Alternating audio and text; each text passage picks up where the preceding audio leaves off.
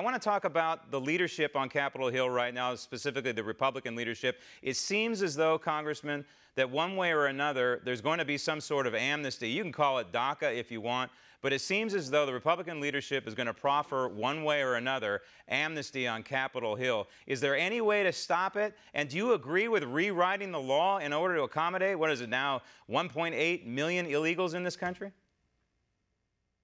The focus should be real simple, Graham. We should simply do what the American people sent us here to do. The mandate in the election was very clear.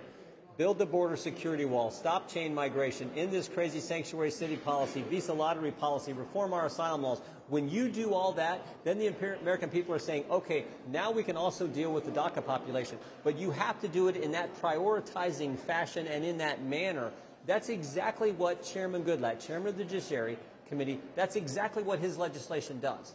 And that's why we conservatives, we in the House Freedom Caucus have been supportive of that legislation. But when you start to deviate from that, in essence what you are doing is deviating from what we as Republicans told the American people we were going to do, what the President told him he was going to do, and what we were elected to accomplish. So our focus is real simple. Let's pass the Goodlatte legislation. Let's make sure we deal with this DACA population, but not if we're not going to make sure we have the security that's necessary on the border and all those other priorities that the American people spoke loudly and clearly about on Election Day. Doesn't it concern you, though, as it concerns me, that if we accommodate X amount of millions, apparently, of illegal immigrants in this country, in other words, change the law for them, that we're setting an ugly precedent? Yes, we want border security. Yes, we want to make sure that we don't have our country overrun with illegal immigration, no matter how they get here. But the bottom line is, we can't be accommodating certain factions in this country who have inherently violated fundamental laws, immigration laws, and our sovereignty. One of the things, very, very well said, one of the things that we can't allow happen, and we've been very clear about this, is there cannot be any kind of special pathway, unique pathway, different pathway to citizenship for these individuals. We've been clear about that.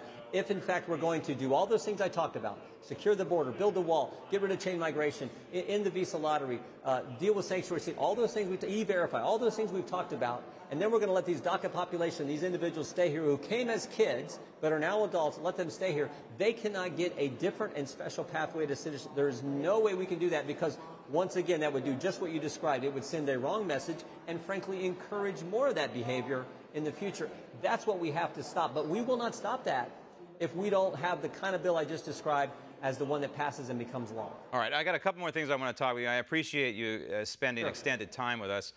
One of them is maybe Congress doing what the President is doing, and that is the President is deregulating at a torrid clip. It's a wonderful thing, and it's unleashing the U.S. economy. Why can't the Congress go back and completely repeal Dodd-Frank, for example, or maybe the 1990 law that created gun-free zones, or Hart-Celler, go back to the 1960s and repeal Hart-Celler, or repeal motor voter? Why can't this be the summer of repeal? I'm with you, brother, but the United States Senate has a different approach, and it's unfortunate. There's not only the 60-vote hurdle over there, which I think should be done away with. There's also the fact, even if it was just a simple majority, there are enough Republicans who won't go along with what you just described and what you and I agree with, and frankly, what the American people elected us to do. So it's just simple math. There aren't the votes in the Senate.